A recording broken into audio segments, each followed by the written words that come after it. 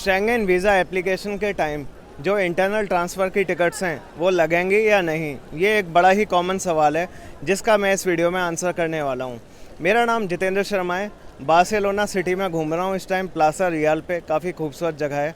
अगर आपने Schengen visa की डॉक्यूमेंटेशन करानी हो कॉन्टैक्ट कर सकते हैं। नंबर दे के रखूँगा इस वीडियो के कैप्शन में और पिंड कमेंट में।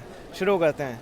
आपका सवाल कि क्या इंटरनल ट्रांसफ़र चाहिए, मतलब हम जो वीज़ा अप्लाई कर रहे हैं हमें एक सिटी से अगले सिटी जाने के लिए या एक कंट्री से अगले कंट्री जाने के लिए, चाहे हम ट्रेन से जा रहे हों या बस से जा रहे हों या फ़्लाइट से जा रहे हों, क्या हमें वो टिकट लगानी पड़ेंगी? तो इसका देखिए क्लियर कट जवाब नहीं है। अलग अलग कंट्री का अलग सिस्टम है और अलग अलग वीएफएस सेंटर्स का अलग हिसाब है। सबसे पहले बात करता हूँ सबसे टॉक्सिक सेंटर जो मेरे को लगता है वीज़ा एप्लीकेशन के लिए, कोलकाता। कोलकाता का जो सेंटर है वहाँ पे जब आप इटली में अप्लाई करते हैं, देखो इटली में जुरिसडिक्शन इशू होता है, तो जो नॉर्थ ईस्टर्न स्टेट्स हैं उनके लोग या कोलकाता के, मतलब पश्चिम बंगाल के या सिक्किम के या बिहार और झारखंड के पासपोर्ट होल्डर्स जो हैं जिन्होंने वहाँ से लिया है पासपोर्ट और पिछले 6 महीने से अब वहाँ पे रह रहे हैं, ठीक है, उन लोगों को की जो फ़ाइल है इटली के लिए वो कोलकाता सेंटर में जाएगी।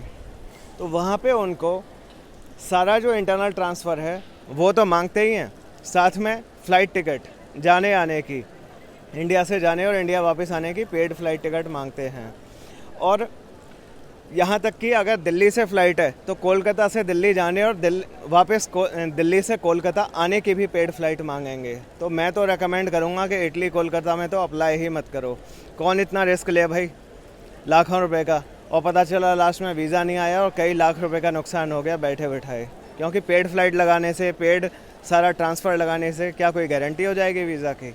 इसी तरह मैंने पाया कि कोलकाता में और बहुत सारे कंट्रीज़ हैं जिनमें पेड मांग रहे हैं इंटरनल ट्रांसफ़र्स। वो कंट्री मैंने पाई हैं, हंगरी है, फ्रांस है, और भी कोई कंट्री हो सकता है। अब कोलकाता के बाहर के जो ये कंट्रीज़ हैं जिनके मैंने नाम लिए हैं, इनमें इंटरनल ट्रांसफ़र्स नहीं मांगते।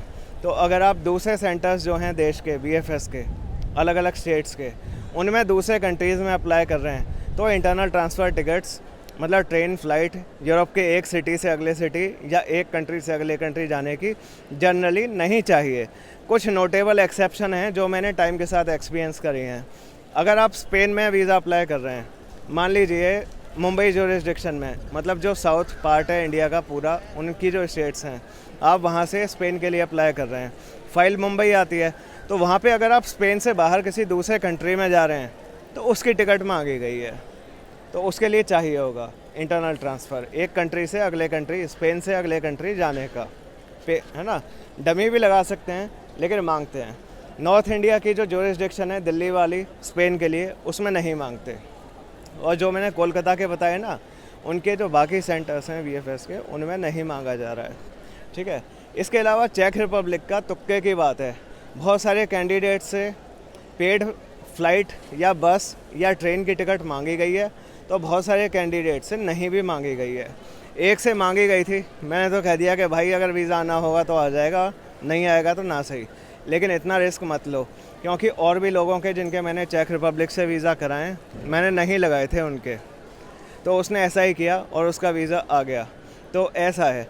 देखो अब एक चीज़ बताता हूँ, आपसे कह कौन रहा है कि इंटरनल ट्रांसफ़र लगाएं? इस चीज़ पे गौर करना। अगर वीएफएस वाले डरा रहे हैं तो आप देख लो कि आपको उनकी बात माननी है कि नहीं।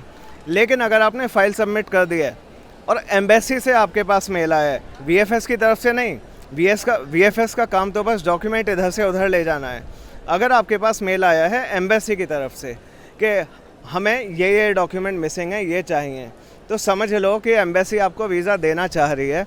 बस वो अपनी तसल्ली के लिए आपसे पेड फ़्लाइट या पेड इंटरनल ट्रांसफ़र मांग रही है। तो उस स्टेज पर आप अपनी पेड फ़्लाइट और पेड इंटरनल ट्रांसफ़र जैसे ट्रेन, बस वगैरह लगा सकते हैं, ठीक है। ये सारी चीज़ें थोड़ी बहुत वेरी करती हैं। मैंने अपने अब तक के एक्सपीरियंस के बेसिस पर ये वीडियो बनाया है। ये जो क्वेश्चन है इनके आंसर कहीं बुक में नहीं लिखे होते, दिन रात ये काम करते हैं, तो जो एक्सपीरियंस मिलता है उसे आपसे शेयर कर रहा हूँ। अगर वीज़ा की डॉक्यूमेंटेशन आपने मुझसे करानी हो तो करा सकते हैं। मेरा फ़ोन नंबर इस वीडियो के डिस्क्रिप्शन और पिन की गई सबसे पहली कमेंट में दे के रखूँगा। जितेंद्र शर्मा मेरा नाम है। ये खूबसूरत जगह है बार्सिलोना सिटी का प्लाजा रियल।